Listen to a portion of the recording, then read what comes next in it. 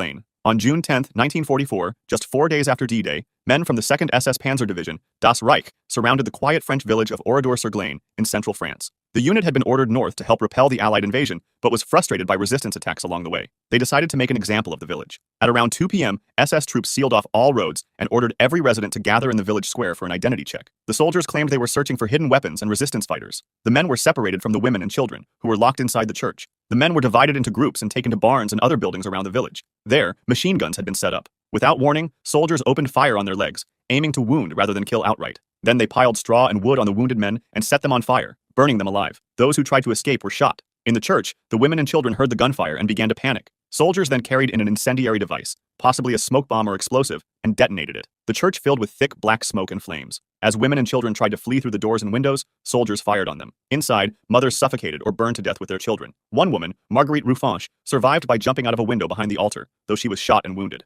Out of 642 people in Oradour that day, 190 men, 247 women, and 205 children were murdered. Only 7 survived. After the killings, the SS looted the village and set fire to every building. The entire village was destroyed. The soldiers left the bodies where they lay. When French authorities arrived days later, they found charred remains still inside the church and barns. The ruins were left untouched by order of Charles de Gaulle as a memorial. After the war, 21 men were tried in 1953 in Bordeaux. 14 were German nationals from the SS, and 7 were Frenchmen from Alsace who had been forcibly conscripted. The trial caused controversy in France because punishing the Alsatians divided the nation. Most received light sentences, and many were released within years. Babe